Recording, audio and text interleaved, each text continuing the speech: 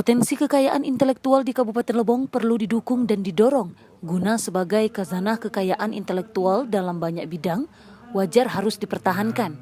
Kekayaan tersebut banyak terdapat di Kabupaten Lebong, meliputi seni dan budaya, sastra, pariwisata alam, dan kreativitas sumber daya manusia. Dukungan Pemkab tak hanya sebatas wacana. Selasa 16 Mei 2023 di Hotel Astri, Kecamatan Lebong Utara, Kabupaten Lebong, berkolaborasi dengan Kantor Wilayah Kementerian Hukum dan HAM Bengkulu, menggelar sosialisasi promosi dan diseminasi kekayaan intelektual.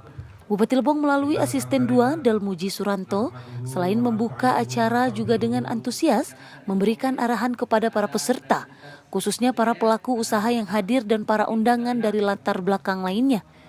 Ditambahkan oleh Dalmuji kekayaan intelektual seperti seni dan budaya, sastra, pariwisata alam, dan kreativitas sumber daya manusia adalah diperuntukkan dalam memperoleh perlindungan secara hukum atas kekayaan sesuai dengan perundang-undangan hak kekayaan intelektual.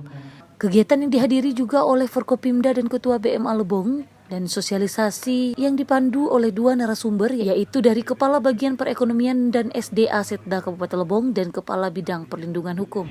Dan diseminasi kekayaan intelektual di Kabupaten Lebong tahun anggaran 2023 secara resmi saya nyatakan dibuka. Dari lokasi, Riri Agustin, Lebong TV melaporkan.